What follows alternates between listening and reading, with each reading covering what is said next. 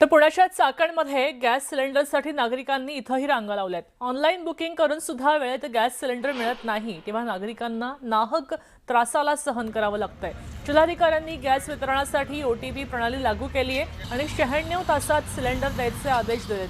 तर गॅस एजन्सीवर थेट गॅस विक्री बंद ठेवण्याच्या सूचनाही दिलेल्या आहेत। मात्र या आदेशानंतर सुद्धा गॅससाठी नागरिकांच्या गॅस एजन्सी बाहेर लांबच लांब रांगा लागलेल्या आहेत।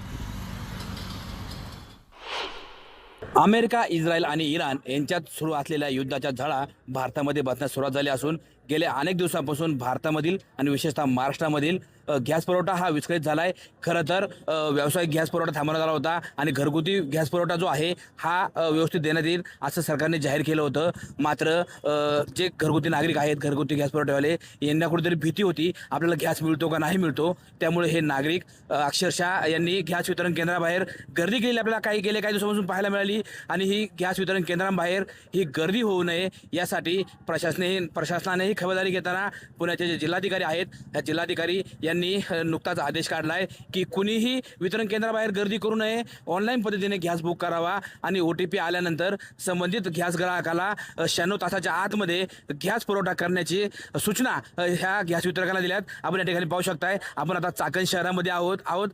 जिल्हाधिकाऱ्यांनी जरी आदेश काढला असला तरी अजूनही हे जे नागरिक आहेत जे गॅससाठी या ठिकाणी लाईनमध्ये उभे आहेत, यांना विश्वास नाही आहे की ऑनलाईन बुकिंगवरती आपल्याला गॅस मिळेल आणि कुठेतरी असुरक्षित भावना या सर्व ग्राहकांमध्ये निर्माण झाल्यामुळे हे ग्राहक आज अगदी पहाटेपासूनच आजही यांनी या ठिकाणी चाकणमध्ये गॅसची लाईन लावलेली पाहायला मिळते। तुम्ही अगदी सकाळपासूनच या ठिकाणी उभे आहेत।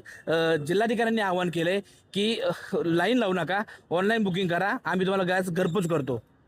बरोबर आहे, पण हे ऑफिस वितरक म्हणजे आहे ते साहेबांनी पण इथं नोटीस बोर्ड लावायला पाहिजे। सर्वप्रथम त्यांची ही चूक आहे आणि दुसरी गोष्ट म्हणजे हे जे ब्लॅकमध्ये विकतात त्यांच्यावर योग्य कारवाई झाली पाहिजे। आम्ही इथं मेन ऑफिसला सकाळपासून उन्हामध्ये उभे आहोत, तर आम्हाला नाही भेटत। मग त्यांनी म्हणतात 96 तासात दिलं पाहिजे। आता 7-8 दिवस झाले, कोणाचे 6 दिवस झाले।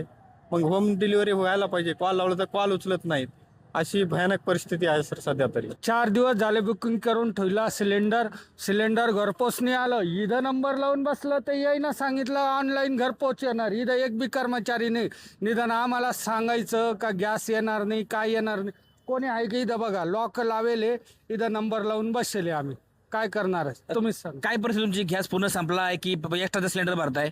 आता गॅस पूर्ण संपाच्याच बारीवर आलेला आहे, म्हणून मला एकदम अर्जंट आता मी तर कोण टाकी उसने आणली आणि गॅस नंबर लावला। गॅस पुरवठा सुरळीत कधी होणार असा प्रश्न या नागरिकांपुढे पडला असताना अगदी 600 रुपये रोज कमवणाऱ्या माणसाला 400 रुपये किलोने ब्लॅकचा गॅस आज खरेदी करावा लागतोय। त्यामुळे त्याच्या कुटुंबाचं आणि त्याचं आर्थिक गणित विस्कटलेलं पाहायला मिळतंय। सचिन तोडकर, न्यूज 18 मराठी, चाकण, पुणे।